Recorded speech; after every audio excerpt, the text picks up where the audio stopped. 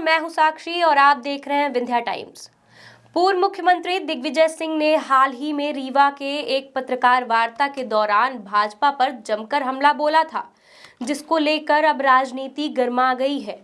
उनके दिए बयान पर पूर्व विधानसभा अध्यक्ष गिरीश गौतम ने अपनी प्रतिक्रिया देते हुए कहा कि दिग्विजय सिंह के बोलने का कोई महत्व नहीं है और वो कुछ भी बोलते रहते हैं।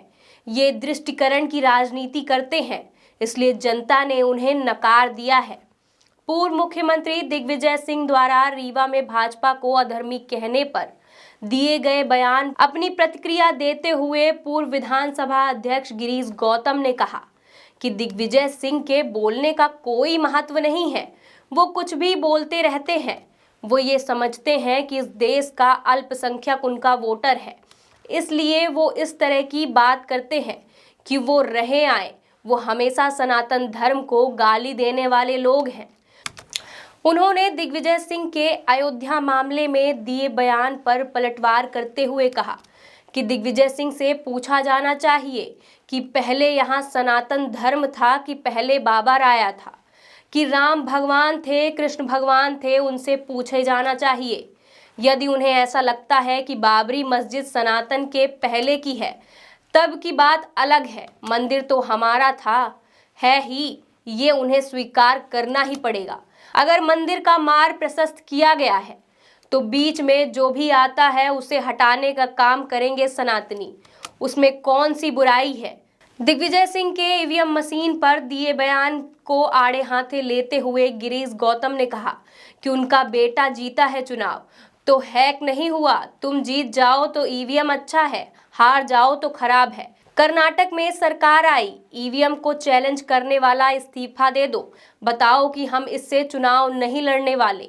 जनता ने उन्हें नकार दिया, हरा दिया, बर्बाद कर दिया और बर्बाद करने का सिर्फ एक ही कारण है, यही नेताजी। जितना भी ये तुष्टीकरण की राजनीति करेंगे, इस देश का हिंदू, इस देश का सनातनी काफी समझदार हो गया है और लड़ने को भी आतुर है। अपने सनातन धर्म में किसी भी तरह के हमले को बर्दाश्त नहीं करेंगे। पूर्व मुख्यमंत्री ने आरोप लगाए हैं कि भाजपा ने जो भी सीटें हासिल की हैं वो ईवीएम के दम पे की है, ईवीएम को हैक कर रखा है भाजपा ने।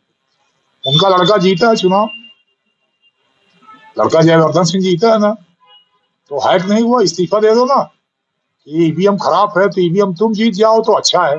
कर्नाटक में सरकार बना लिया ना, भाजपा को 65 सीट आई ना, 135 सीट कांग्रेस को आई। तो ईवीएम को चैलेंज करने वाले इस्तीफा दे दो, मत करो ना चुनाव, बताओ कि हम इससे चुनाव नहीं लड़ना चाहते। सीधे हम बैलेट पेपर, और बैलेट पेपर का हमने देखा, मैं स्वयं भुक्तभोगी हूँ, दिग्विजय सिंह ही सरकार में थे।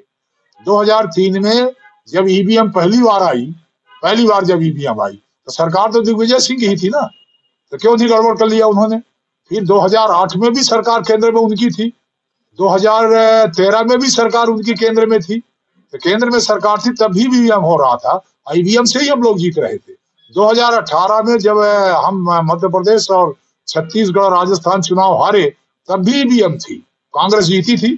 तो इसका मतलब ये हुआ कि तुम जीतो तो फिर ठीक, ईवीएम ठीक है, और कोई सामने वाला जीत जाए तो ईवीएम खराब हो जाती है। ईवीएम को इतना बड़ा गड़बड़ मानते हो तो कर्नाटक की सरकार को इस्तीफा दिवा करके चलो उसमें बैलेट पेपर की तरफ, हिमाचल प्रसाद में बनी हुई सरकार को इस्तीफा दिलवा दो, या जितने तुम्हारे 66 विधायक जीते हैं मध्य प्रदेश के भीतर सबको इस्तीफा दिलवा दो, और ये कहो कि हम ईवीएम चुनाव नहीं लड़ेंगे, हम बैलेट पेपर से लड़ेंगे। करो ये, यदि हिम्मत हो तो।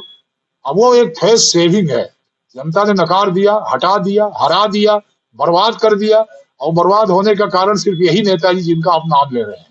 जितना भी ये तुष्टीकरण की राजनीति करेंगे, अब इस देश का हिंदू, इस देश का सनातनी काफी समझदार हो गया है और लड़ने को भी आतुर है। जो हो गया जमाना चला गया, अब ये सब लड़ने को आतुर है, अपने सनातन धर्म में किसी प्रकार के हमले को बर्दाश्त नहीं करेंगे। रीवा थे, उन्होंने अपने आप को सबसे बड़ा राम भक्त कहा है और बीजेपी को अधर्मी कहा।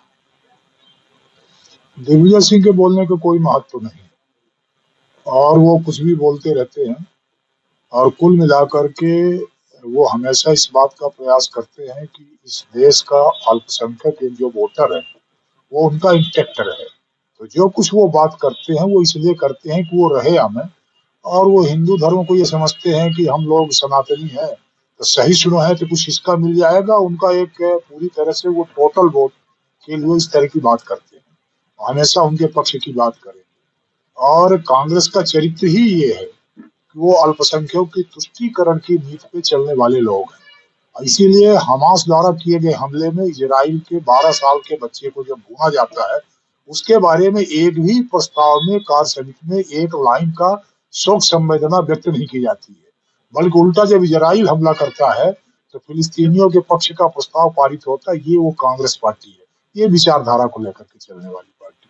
हमेशा सनातन धर्म को गाली देने वाले लोग हैं, ये डेंगू कहने वाले, एड्स कहने वाले। सनातन धर्म को जो जितना गाली दे सकता हो उसकी पहचान कांग्रेस के रूप में की जा सकती है।